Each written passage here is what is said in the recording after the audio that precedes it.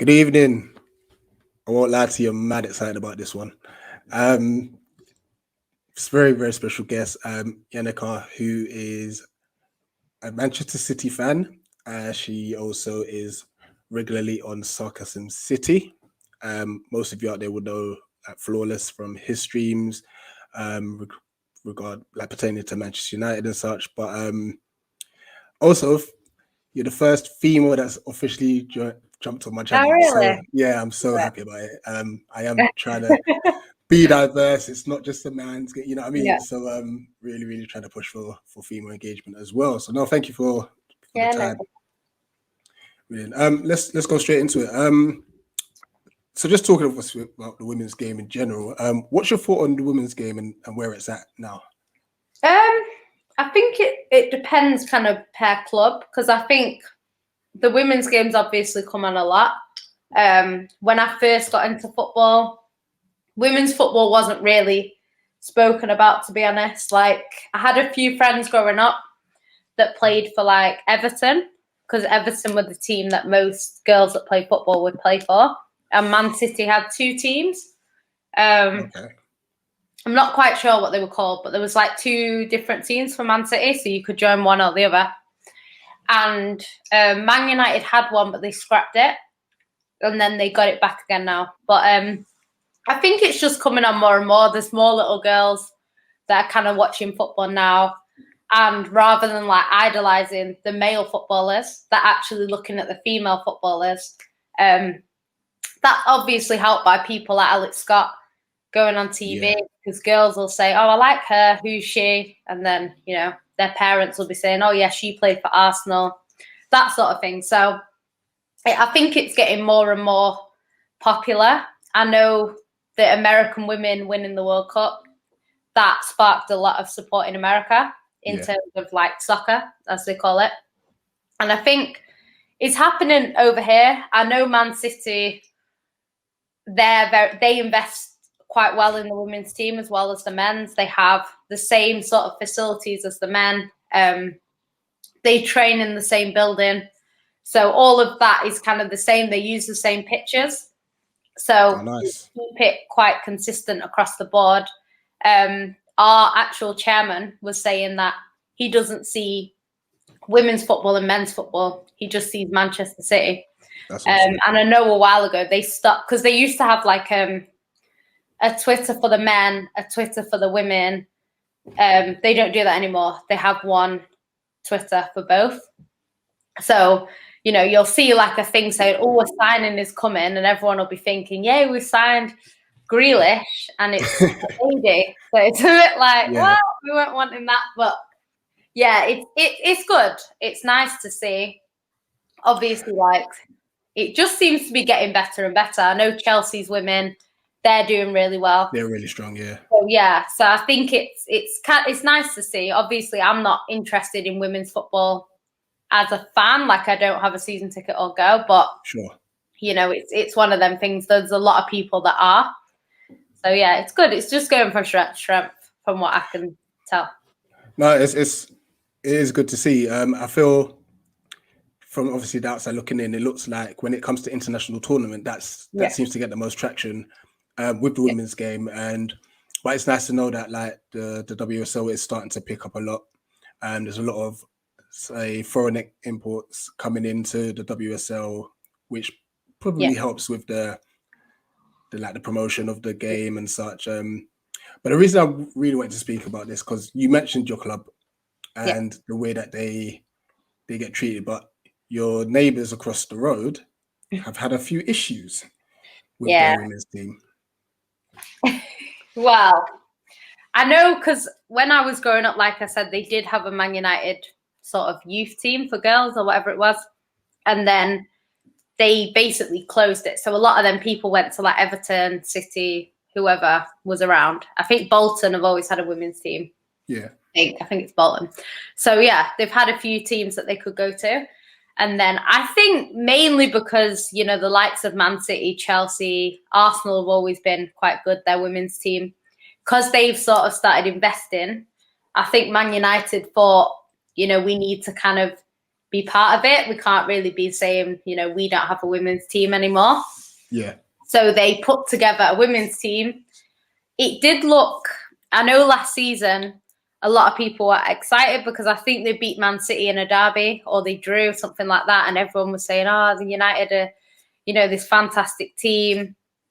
They hired a coach who was supposed to be like a very, very good coach. And it didn't really work out how they wanted. I think they finished kind of mid-table. They had a lot of issues outside of the pitch in terms of their training facilities not being good, holes in the roofs, no showers or whatever it was, problems with the showers, like pure issues. And it's just like, I think if they're going to do it, they need to do it properly. There's no point in saying, okay, the men are going to have first class everything and the women are just having, you know, our old training ground that we don't use anymore. You know, it's got to be, because Man City have we had Platt Lane, which was our original training facility that they had for years and years and years.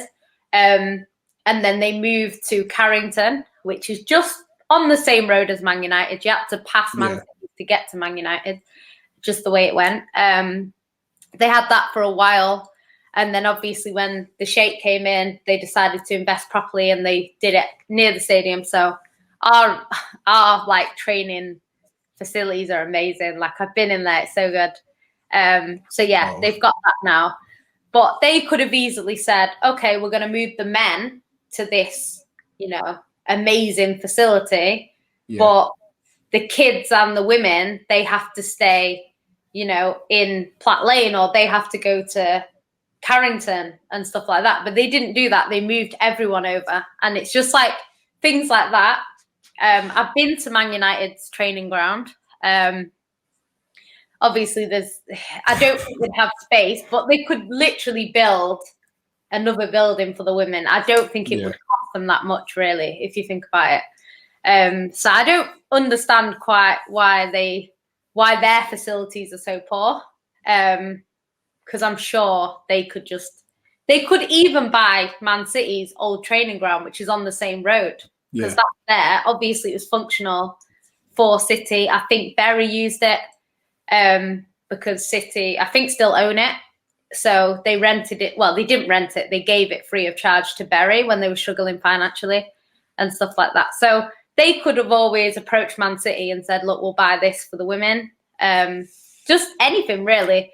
So, I think a lot of people are not happy, like as players, you know, because especially when they're coming over from America, a lot of these women, they're in sort of like a college program and they're allowed to come to England for like a year or two. So they normally pick a club and then they'll stay there for like a season or two and then they go back to college and I think graduate and whatever. That seems to be what's happening. So we've had quite a few American players come over and then they've gone back home.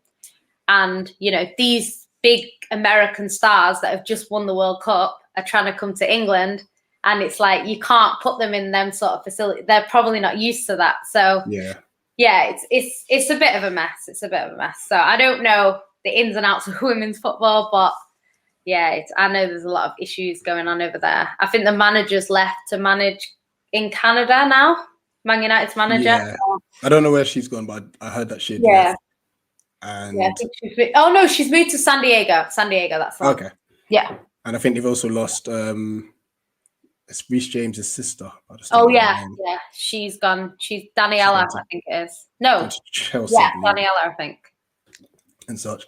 But I get last bit on obviously the women's game. I know you touched on the poor facilities over at Manchester United, but I think it's just based on your club owners. They've come in and they've kind of really worked on the whole infrastructure across East Manchester, I believe it is, which is the difference where I guess the Glazers are pocketing a lot of money, you know, and that leads us onto you and how you became a Manchester City supporter. Yeah, so my dad was born in Moss Side, so his local club was City. When he was quite young, actually, I used to think that he started going to football at 8, but my mum tells me he was actually 6. When he was a small child, obviously Main Road was very close by. And what used to happen is when it was like the third quarter of the game, they would start just letting the kids in, to just watch the game. So my dad and his brother, who's a year older, they used to go and wait outside. And then at a certain point of the game, they'd open the gates and let the kids in. And he used to go and watch City then. I know when he was a kid, like they used to go and get chips for lunch wrapped in newspaper. And they used to actually watch the players train while they were eating their lunch, and then they go back to school.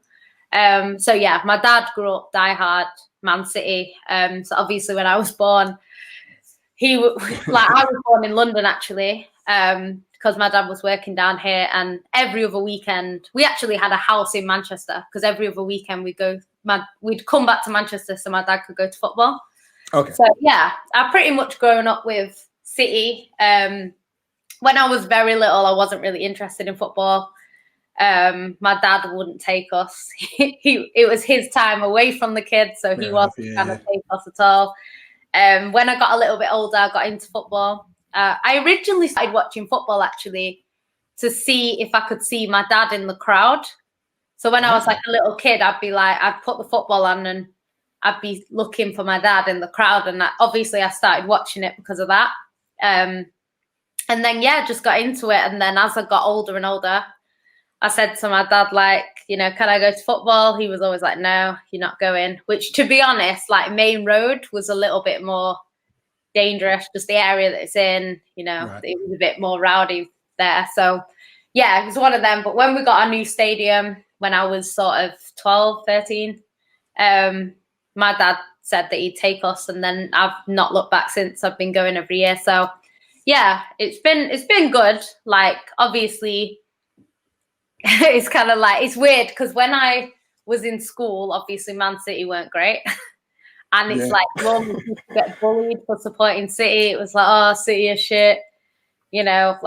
Just used to get terrorized because everyone in my school was either Liverpool or Man United. So it was you just got terrorized. And then as I started getting older, to be honest, I still won arguments with people when my team was shit, but it was what it was. And then when I was in college, that's when Man City got bought. And then it was a bit easier. But yeah, it was growing up a City fan wasn't ideal, to be honest. But I don't know, there's just something about I know Liverpool fans, they obviously in Liverpool, they're like, oh, I support Liverpool, but the Everton fans feel like that's the actual club for real Scouse people. Right. And it's kind of that's how I kind of feel with City. I feel like, the people that didn't want to get bullied at school supported Man United. The people that were genuine football fans supported City. That's just the way I see it. So it's a bit mad, but yeah, I've been a City fan a long time. Cool. And obviously, you've mentioned the struggles in the past, but now you're an unstoppable force, in my opinion. Let's look at last season. Your title win. Didn't have the best of starts. Mm-hmm. And I believe approaching Christmas, you were 7th. And so it's quite a way behind. I know you had a few games in hand at the time. Yeah. And then something just clicked into gear and you went on a crazy winning run. I won't say unbeaten run because you could be unbeaten and draw.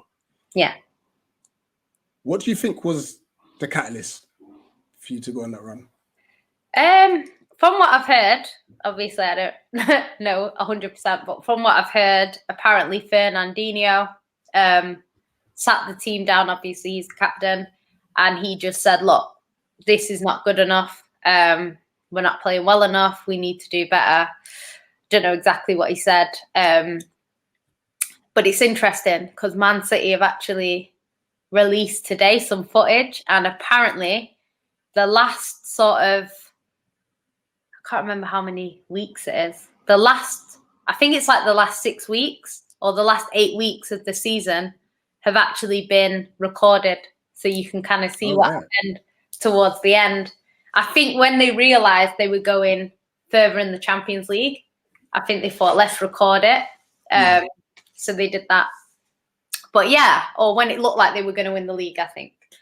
So yeah, it'd be interesting to watch that. But apparently Fernandinho sat everyone down, was like, this is not good enough, blah, blah, blah. And apparently that was kind of what kickstarted the run that they had, which won us the league, because it was, like you say, it was a bit of a weird season. I think we started poorly.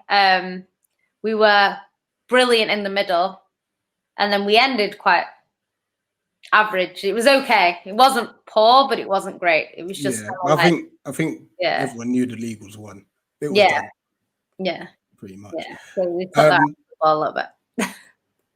I mean, obviously, just looking within that running, you had the likes of Aguero and Jesus who couldn't get game time. To be able to do that and have a false nine, whether it was Sterling, De Bruyne, or Silva, was crazy. Was you impressed with Pep's tactical changes? Was it annoying? I don't really question Pep. I'm not one to question Pep, because I think he's a genius. And I think because he's a genius, you have to take the good and the bad. The good is that, he will do things that you don't expect. Get the best out of our players, win the league, stuff like that. The downside is obviously what happened in the Champions League, which I'm sure we'll get onto. But it's just one of them things. I wouldn't swap Pep, because, he might overthink things, but he overthinks it because he can't do the basics as easy. When sometimes it's like them people that are really clever and they can't do basic maths. So it's like if they see 2 + 4 + 5, they can't just add 2 + 4 + 5. They have to start doing all these mad equations to get to the answer. And I feel like that's Pep. Some average manager could come in and be like, okay, this is how we're going to do this. Whereas he overthinks it a little bit, and, it is what it is. But in terms of last year, obviously, we didn't really have much of a choice. Aguero was injured quite a lot. Gabby wasn't... I don't think he's a striker, me personally. I think if you run into the box and your first thought is to pass, you're probably not a striker. So for me, he's more sort of a left winger, whatever he wants to call himself. But he's better out on the left than he is in front of goal. So yeah, I don't think he's actually a striker.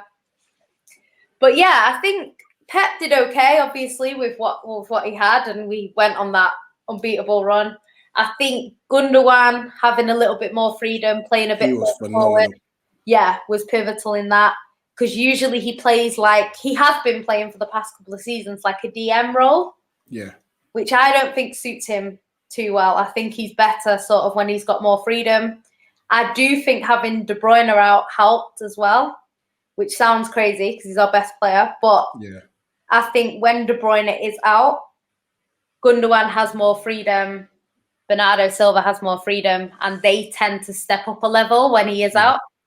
So, yeah, it kind of, even though it sounds strange because he is our best player, it did help a little bit. So, yeah, I think it's a bit of a weird season.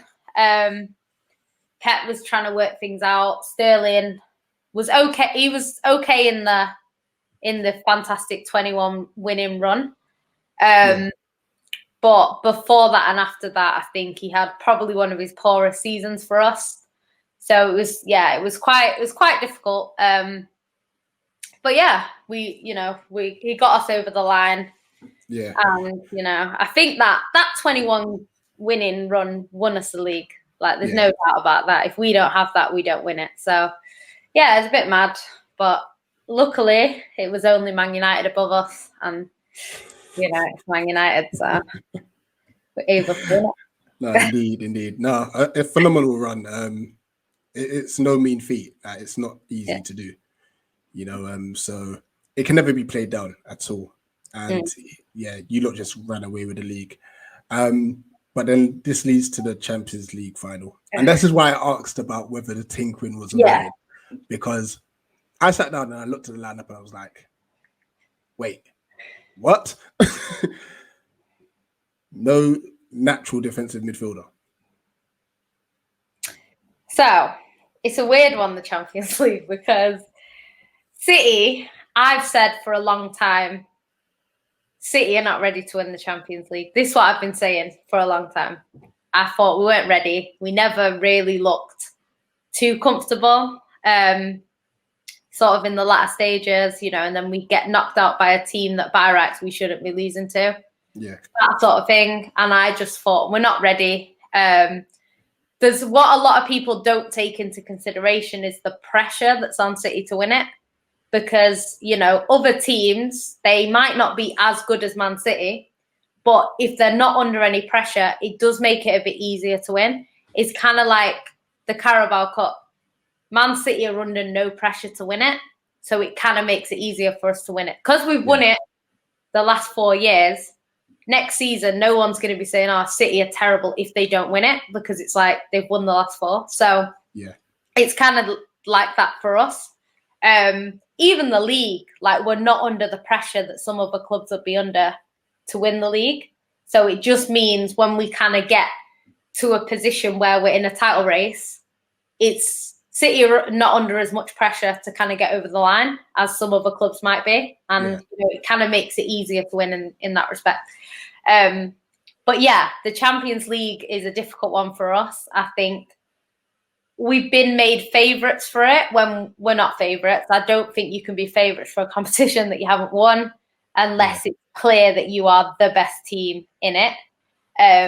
As much as we are a very good team and we are one of the best in Europe, no doubt, I do think that teams like Real Madrid, not this season, but before, you know, the past season or two, they have been the best team in Europe. That's been proven by what they've won.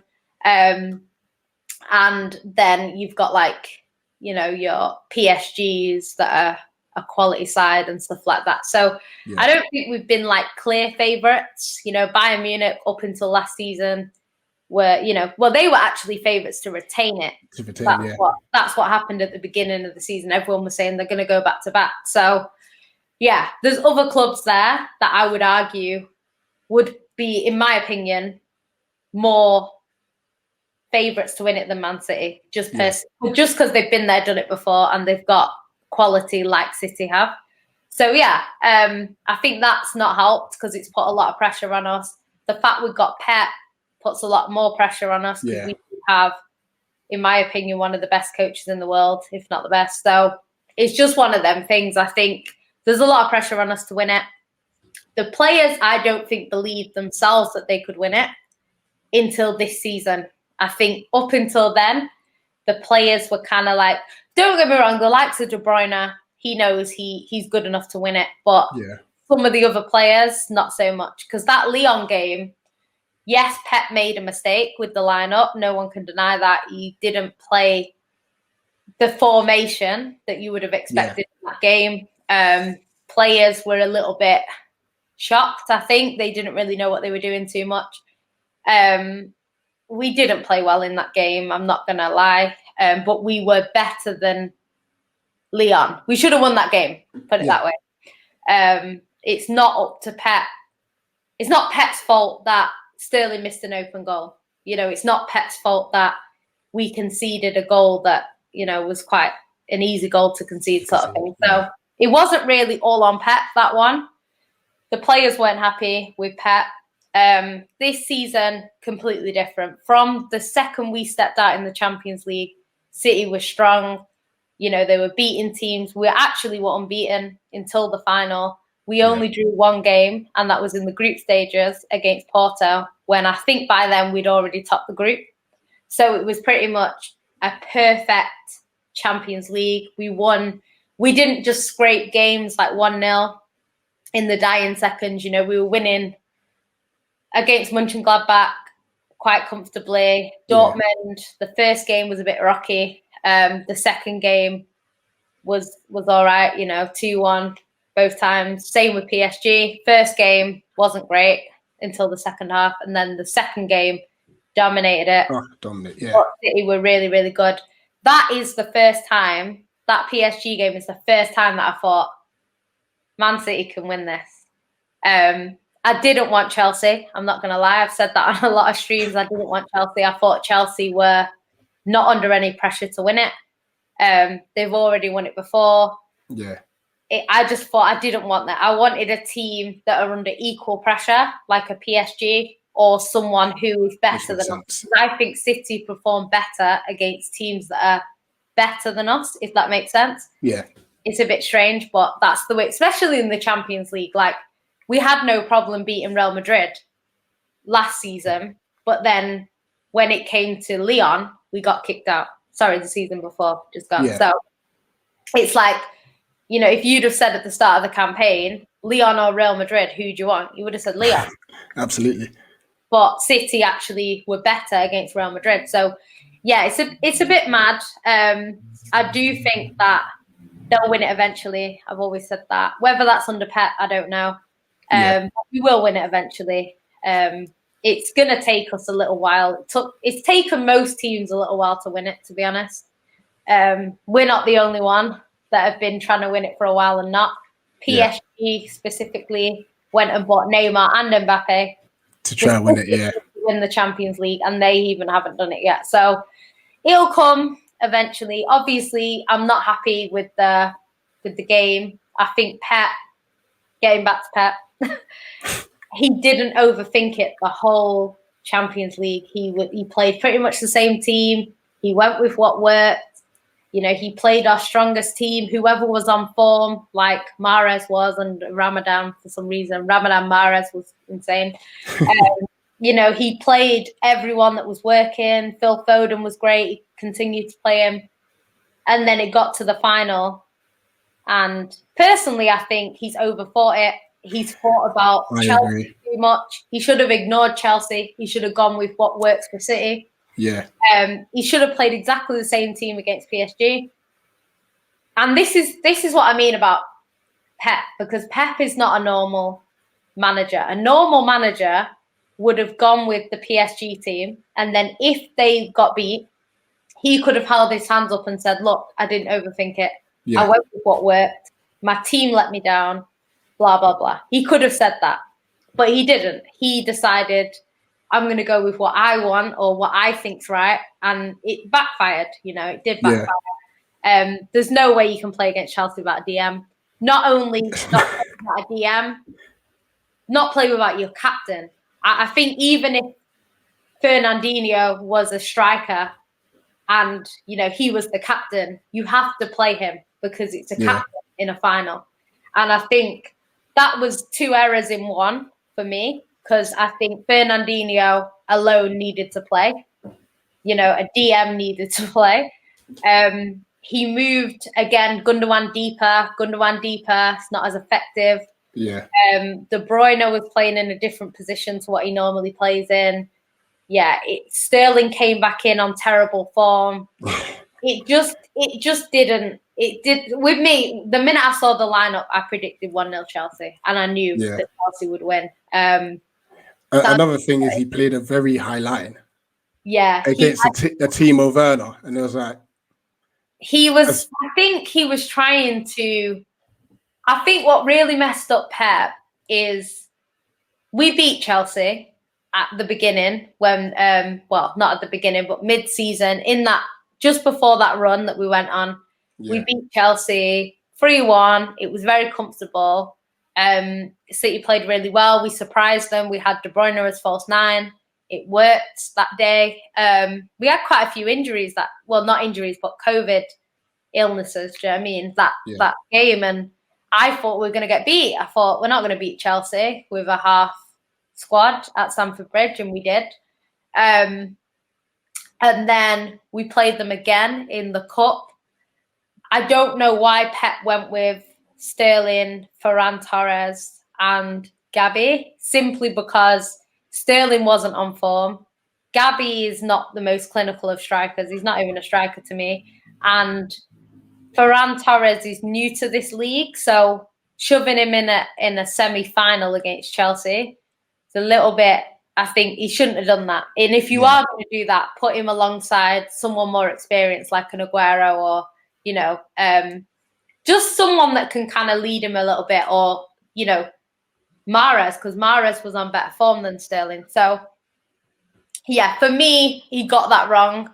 we didn't play well. But everyone was saying it's not our strongest team because it wasn't. So then the next time we played Chelsea, he went with a different team because I think the first game we played Rodri. No, the first game I think we played 2 DMs. Then we played Rodri on his own, and then we played none in the final. So it was a bit weird. But yeah, when we played, obviously, against them in the league, everyone was saying, they're probably going to play his strongest team. He didn't. He still went with a bit of a weird side. It was kind of like good, but not great. We didn't play the worst kind of game. Chelsea did beat us in the dying seconds of the game. We should have been 2-0 up. But Aguero tried that ridiculous penalty. So, yeah, we should have been 2-0 up. If we go 2-0 up, we win that game. There's no way Chelsea come back. So, I think City threw that game, to be honest. I don't think we were good in that game in the second half. And they just wanted it more than us. And they got what they came for, which was the 3 points. So, yeah, I think that game was quite poor from City. So I expected the Champions League final. He's just going to play our best squad and we'll go on and at least, I'm not saying we would have won it, but at least go and put up a good fight if you do lose. But we didn't. We played a weird squad again, different formation. And yeah, it's just frustrating, just because I know City can do better than that. It wasn't a case of, yes, Chelsea were better on the day. I'm not taking anything away from Chelsea, but that wasn't the City that I'm used to seeing. So it's kind of like, it wasn't a case of, because we've been out there before and we played a game and we've been just not good enough on the day, but that it's the normal City and we're playing the same way we normally do. But that didn't feel like that. It felt like we shot ourselves in the foot before it even kicked off. So yeah, that was annoying, but we just have to hope that he doesn't overthink it next time. Because surely he can't do it again. Surely not. He can't because Twitter, and Twitter can be a toxic place as it is. It went into absolute meltdown when Chelsea won the final, and probably predominantly Man United fans, I'm assuming. They were. Pep's a fraud. He relies on Messi, and it was just mental. But we won't dwell on that too much because you've touched on it quite a bit. I think it's just the overthinking. And it didn't help that obviously Tuchel's beaten him twice beforehand. He just tried to be too smart and it backfired. Yeah. It backfired. Let's move on to Raheem Sterling. Yeah.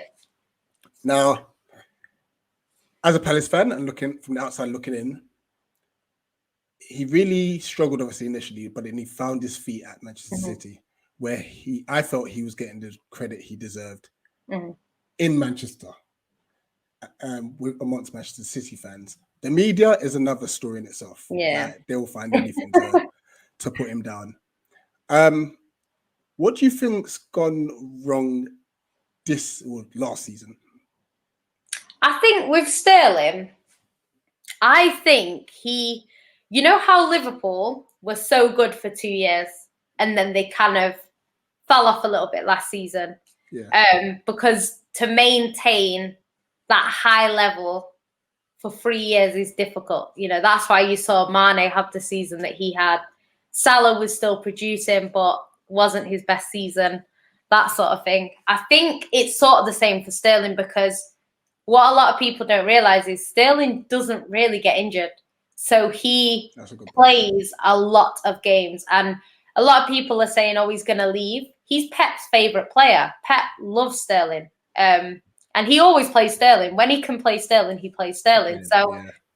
I think for quite a while now, he's been playing at a very, very high level. And, last season, not the season just gone, but the season before when Liverpool won the league, we didn't have a fully fit squad in terms of, we had to play Fernandinho sort of in defence and stuff like that. And because of that, we had to move people around a little bit. And because of that, he played more games, if that makes sense. And De Bruyne always gets injured for a bit, so you've always got like a chip. So yeah, I think he's just played so many games at a high level that it was always going to happen. His form was going to dip a little bit. Unfortunately for him, it dipped quite a bit. Don't get me wrong. A lot of people are saying he had a terrible, terrible season. As much as I agree that he wasn't anywhere near his best, he actually scored some key goals last season that won us the league, like he always does. He scored both goals against Arsenal. We won 1-0 both times. He scored both. Including a header, I believe. Yeah, home and away. So away he scored the header, and then at home he scored the only goal of the game. So, you know, he's won us games even last season when he wasn't at his best, and that's what he can do. And I think we saw in the Euros what he is capable of, you know, when he is at his best. And I think he's definitely a confidence player. Some players, they don't care. You can be booing them. You can be saying, you know, you're shit, leave my club, and they'll still perform the same way. They're not fazed by it. Sterling is. I know when the whole racism thing was getting to him, you could tell sometimes in his performances. When he goes away to like Anfield, Old Trafford, he's always struggled there. And it's because of the abuse that he gets from the crowd. He was getting abuse everywhere. Chelsea, here, there, and everywhere. And I think he's one of them that kind of struggles a little bit. Obviously, last season we didn't have fans. So it's not really as much that. But he is a confidence player. And I think when his form dipped, obviously he was getting slandered online. People were saying, you know, Sterling, I don't know, City fans already use him as a bit of a scapegoat in general. He's not the only one. Rodri is another one, but Sterling is one of our scapegoats, as well as Mahrez, to be fair. And it's like he was probably getting a lot of stick from fans and stuff like that. And because of that, his confidence just dipped. And then he stayed in that poor form. When he went to the Euros, it was like, this is a chance for me now to kind of prove myself. And I think he did really well. He was definitely our player of the tournament. If England had won, he would have got player of the tournament. So, yeah, it was a very good Euros from him. And I just hope he continues that into the new season. I think it will help him that fans are back cheering his name. He's that sort of player that plays to that. So, I hope he gets back to his best. I do like Raheem Sterling.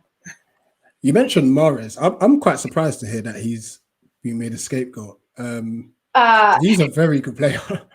Yeah, he is. He is.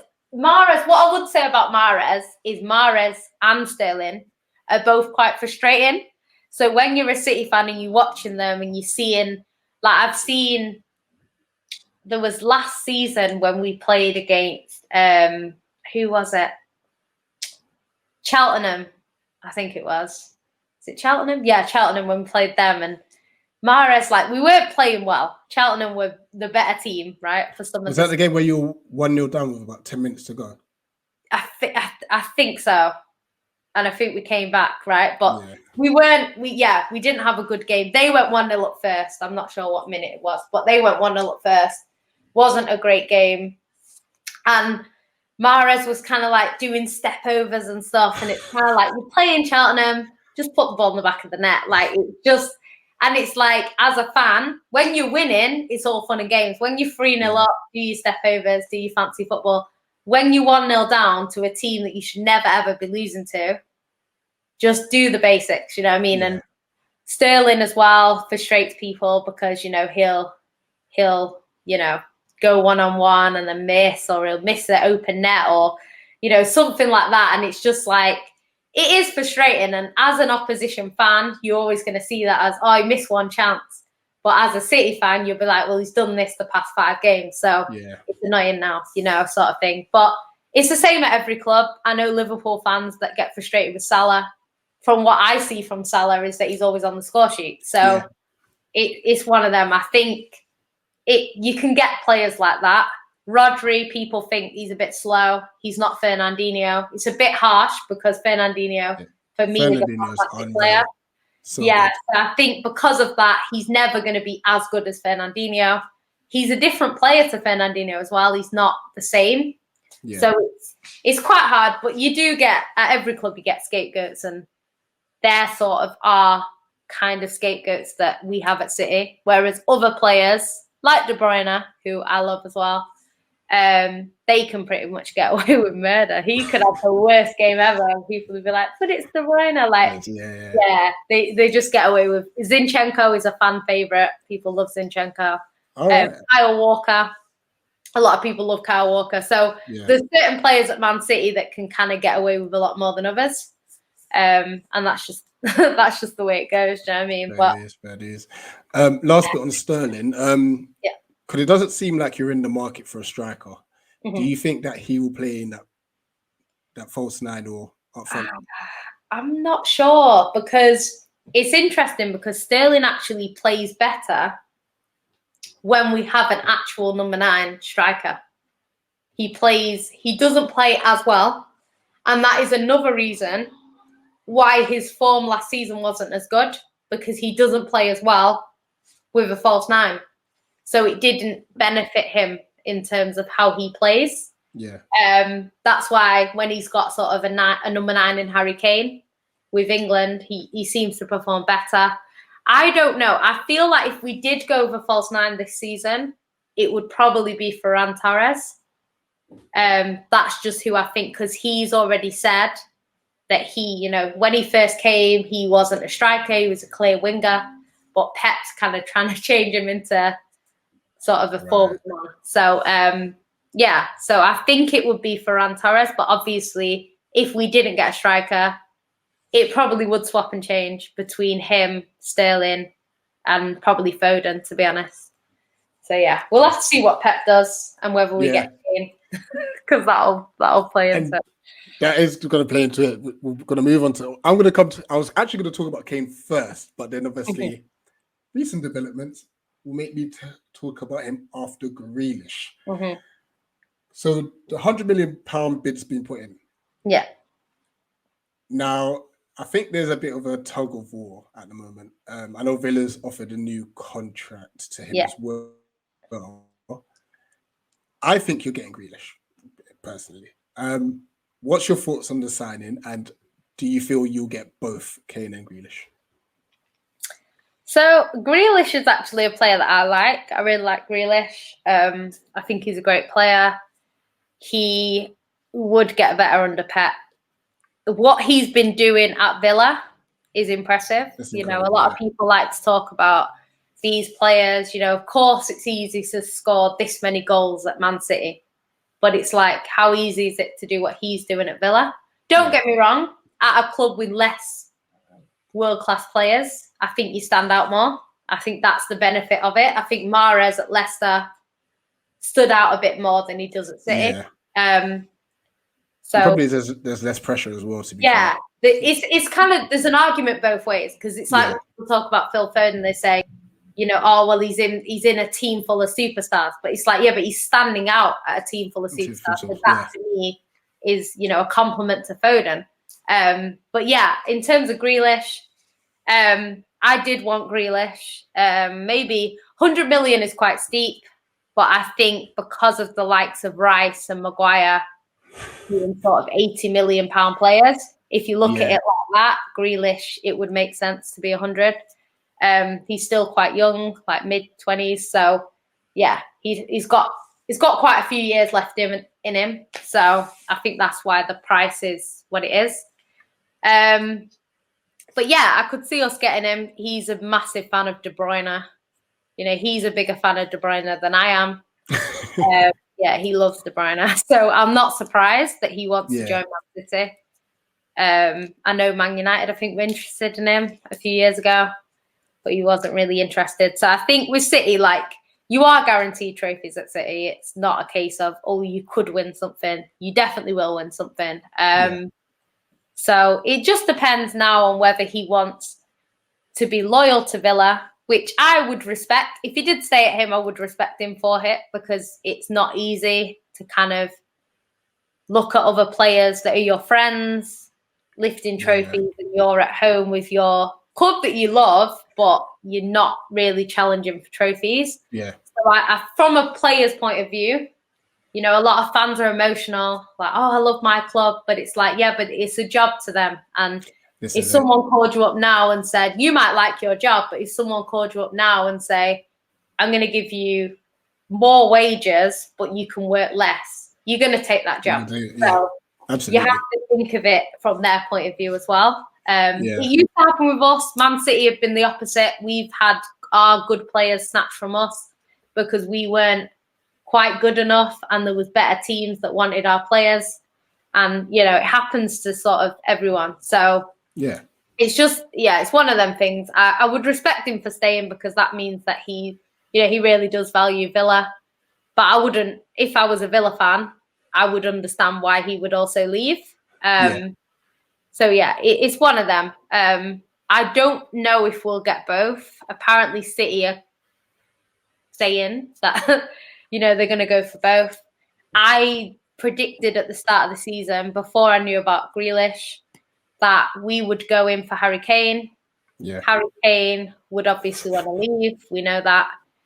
I thought Levy would dig his heels in and say, which he has, way more than City want to pay. City would say, we're not paying that. And a lot of people are like, well, City will pay whatever, but we've seen it with Van Dijk. We've seen it with, who was the other one? There's been a few, Maguire. There's been a few where Man City have been after a player, and when the price has gone past a certain amount, they've actually said, no, we're not buying them. Fred was the other one. Yeah, Fred. Yeah, there's been a few. There's some that have picked. Yeah, your highest highest signing is 60 million, isn't it? Yeah, it's Rodri. Rodri is actually our highest signing. But then we signed Ruben Diaz, but Ruben Diaz, with his deal, Otamendi went the other way. So it's not actually as high as they quote it, because we actually gave a player. So it was actually less, but they kind of add it on. It's weird. Right. Because the way they do it now in transfers is, rather than saying, okay, I'll give you 30 million and a player, what they do is they'll say, okay, your player costs this, and then it's two separate transfers. Yeah. So I think Otamendi went for money, and then Ruben Diaz went for things. So if you add it up, it's actually less, if that makes sense. That makes sense. But yeah, so I think with Kane, I predicted that he would say no, and then we'd end up in a sort of bidding, not a war, but like a bidding sort of thing. And I thought City would just drop out and buy our backup choice, who I actually thought was going to be Andre Silva. That's who I thought City would end up buying. Right. He's Portuguese. He's reasonably young. He's not too old. He's he's someone that I would have thought that Pep might like. Yeah. But he's gone. He went to Leipzig. So it kind of looks like it's Harry Kane or no striker. So I think Man City might put the money down for Kane, just because there's not like a strong second option. Yeah. So yeah, I think we could get both. I'm not a massive fan of Harry Kane, I have to say. Don't get me wrong. I appreciate how good he is. I'm not here to say he's not good at football or he's not the best striker in the league, because he is. But I have my concerns with Harry Kane. So yeah, I would take him. I don't think he's worth some of the money that people are throwing around, like 130 million and Laporte. Like, no, he's not worth 100 and anything plus Laporte. But that's just if you're going to chuck 130 million, you might as well go for Haaland. That's what I think. I wanted Haaland. I still want Haaland. I think he's the best deal for Man City. I think he comes in.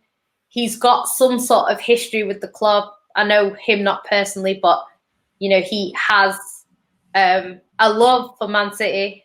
He's also a Leeds fan, but supports Leeds and City and another team. Can't remember the other team, but he supports a few clubs. But he's got that love for Man City. He grew up, watching Man City and stuff, and he's got that sort of personal connection. On top of that, his dad was very, obviously that's the reason why he supports them, but his dad used to play for us, so there's that sort of family link.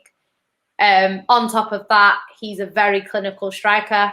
Not only is he a clinical striker, he really has turned up in the Champions League. That's sort of where we kind of struggle. I know people say he didn't turn up against City. That first game, he was very, very good. The second game, he was a bit quiet. But really, if anyone shone out in them games, it was Jude Bellingham. So that's another player that I would quite like. Player he is. Yeah, he's brilliant, him. But yeah, I thought he did okay. I don't think he was as bad as people like to make out. He is young. Obviously, he's very expensive. But I think if he came in, the risk is a lot lower because in a Man City team, he is going to score goals. There's no way. Oh, absolutely, yeah. He's not going to score goals. So even if he came in and he didn't meet the expectations that we wanted for him, we could then probably sell him for quite a lot of money because he's still going to have goals, enough goals that people are saying he's a quality player. He's still going to be young. He's not in his prime. He's probably nowhere near his prime. This is it. So, you could probably sell him in 4 years' time, get 4 years out of him, and then sell him for quite a bit of money and get someone else in that's a bit younger and do it again. We're not a selling club, so I don't think Man City will think, oh, let's get Haaland for 4 years. They'll think we're going to sign him on a long contract. Yeah. But financially, I think it's less risk and it makes more sense. Harry Kane, if he comes and he's not as good as we want, we're stuck with him. This will be probably final contract, and then after that, he'll get a year extension until he retires. So it's risky buying Harry Kane. I don't think Harry Kane has turned up in a lot of big games. I've even had Spurs fans agree with me on this. He's been in finals. And, a lot of people will use the argument that, well, he plays for Spurs. But you don't have to win a final to turn up in a final. To turn up, yeah. There's been games where you've said, oh, that player played really well, but they lost the final. And they lost, yeah. So it's just one of them. Like we saw Luke Shaw turn up in a final. He didn't win, but he turned up. I haven't seen Harry Kane do that yet. And Luke Shaw is a left back. So, yeah, for me, I think he should be doing more. Whether he wins the final or not, you can blame that on the team. But when it comes to turning up, as personally himself, he doesn't do that enough for me. He could do that at Man City, especially with the talent around him. De Bruyne does literally put it on a plate. He is a clinical striker. It could happen, but I haven't seen any evidence that it will yet. So it's a risk until he proves me wrong, which I hope he proves me wrong. I would love for Harry Kane to come and we win the quadruple. And I have to hold my hands up and say, oh, my God, Harry Kane is the best thing ever. Like, I would love to do that. But something tells me that I'm going to be right. And last bit on Kane in less than 10 words, if possible. Yeah. Your thoughts on him missing training? I don't agree with it. I actually don't feel sorry for him. I think he's self-inflicted. He signed a 6-year contract. No one told him to sign a 6-year contract. No one told him to do that. Especially even De Bruyne only signed. I know he's a bit older, but even De Bruyne only signed like a 4-year, 5-year deal. And that's at City. It's mad to sign a 6-year contract with the devil himself. Crazy. Yeah, and he's got 4 years left. So he signed his end of his career essentially over to Tottenham. Yeah. And then now, and don't get me wrong, it's not like they're an Arsenal who were winning trophies and then he did a 6-year contract and then Arsenal went to shit and he's like, oh, we're not going to win anything. Tottenham were never winning anything. So he signed a contract at a team that weren't going to win anything. Yes, they got to a Champions League final, but surely they must have known that can happen from time to time. They were never going to go back to the Champions League final the next year. They finished third in a 2-horse race in a title challenge. For me, he knew Tottenham I think he signed it expecting to be loyal and everyone love him, and it's backfired on him. Really and now he wants sympathy from everyone else because he can't win trophies. That's not, and he was saying before that they weren't getting to finals. They get into finals. He just doesn't turn up in them. So yeah, for me, I have no sympathy. Obviously, he feels like he has to do that to push a move. He's hurt by the gentleman agreement that wasn't, upheld. But another mistake he's made. You do not make a gentleman's agreement with Levy. And if you do, you get a contract signed. You get to sign it saying this is the gentleman agreement. If I ever wish to leave before my contract ends, or get some sort of buyout clause put in there. So if there's a buyout clause for 100 million, someone can buy me for 100 million. Like, at least get something in there. And he didn't do that. So I have no sympathy for Harry Kane. I think he needs to get his ass to training and hope that Man City put in a better bid. That's what he should do, personally. This is it. Last few things. Possible outgoings. Who do you reckon may leave your club? Oh, it's interesting. Obviously, Vieira's gone. Garcia's gone. A few of our youth players have gone as well. So we've actually accumulated quite a bit of money. That's why I think we're going for Grealish and Kane. Bernardo Silva is apparently not very happy, and apparently he's the one that's going to go. And I think that's why we're linked with Grealish. So yeah, I think Bernardo Silva could go. He turned up to training looking like something out of prison break. So not quite sure what's going on with him. But yeah, apparently he's not too happy. Not too happy with Manchester, the weather. Don't blame him. Yeah. And the whole racism situation, which again, for me, self-inflicted. But, I think he wasn't happy, apparently, about the way that people were calling him a racist rather than saying what he did was racist. But to me, if he came out and apologized straight away, it wouldn't have been an issue. Because he doubled down on it. That is what, for me, was the issue, and I think he dealt with it terribly. I think the club dealt with it terribly. Really badly, yeah. And I think I don't feel sorry for him because all he had to do was apologize. If I post a video on YouTube and loads of the comments are like, I'm really offended by what you said, I'd probably just post an apology stream saying, I realize that people are upset by what I said. I'll take the video down. I didn't mean it, blah, blah, blah. Just apologize. He didn't do that. So self-inflicted again. Yeah, no sympathy. Absolutely. So just Bernardo Silva, you reckon? Yeah, I can't really see. I know Gabby's been kind of linked with kind of a move away to Italy. I heard a rumor about one of our backup striker having a drink problem. Can only really be him.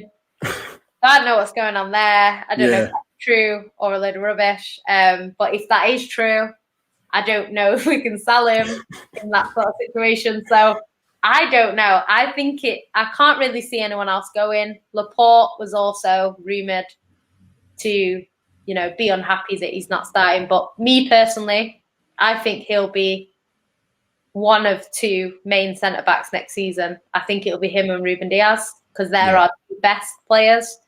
I do expect Stones' form, because he's been doing so well, to dip slightly this season. So I think he will play a lot more this season. Yeah. So I think he should just be patient and wait. But yeah, you never know. If someone comes in with a big offer for him, he could be up for leaving. Or it could be a case of, we need Harry Kane, Tottenham need a defender. See you later. But I don't think that's the best deal. I don't know if Laporte is good at waiting patiently. He managed to change from France to Spain, so yeah, I think that's probably for him the best decision he's made. Actually, because, it's France, they don't like him, so it's crazy because some of their defenders are quite questionable. But is what it is. That's a conversation for another day. Yeah. Absolutely. So last thing, what's your thoughts on the upcoming season? It's a lot of people are asking me what they think will happen with Man City.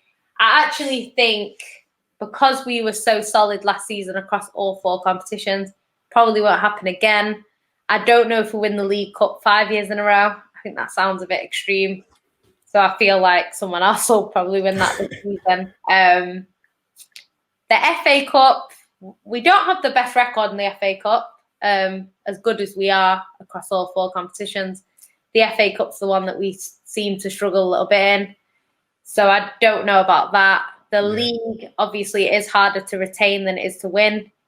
It will depend on the transfer window. I think if Chelsea get Haaland, they should be winning the league. So I think it will depend on the transfer window in terms of who wins the league. But I expect us to be in the title race regardless. And then the Champions League, the only way we can better that is to win it. And I don't know if we make back-to-back Champions League finals. Do you think you'll throw all your eggs into that basket?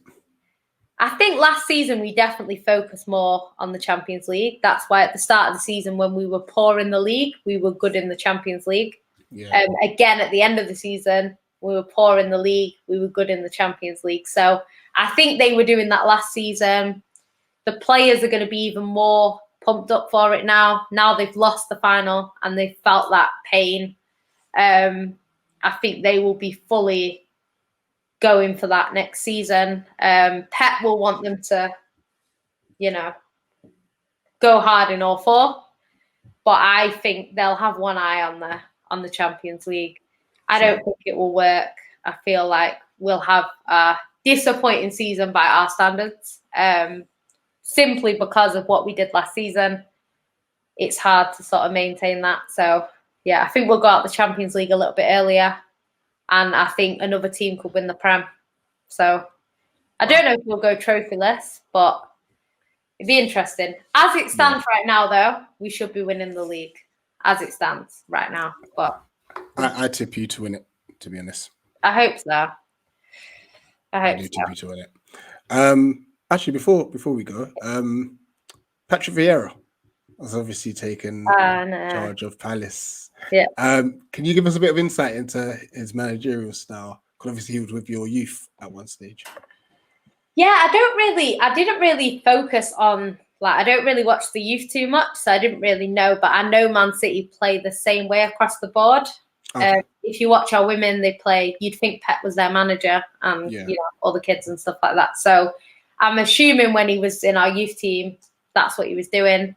He was actually supposed to, when he retired and then joined our coaching team, he was supposed to become a number 2 under, I think, Pellegrini.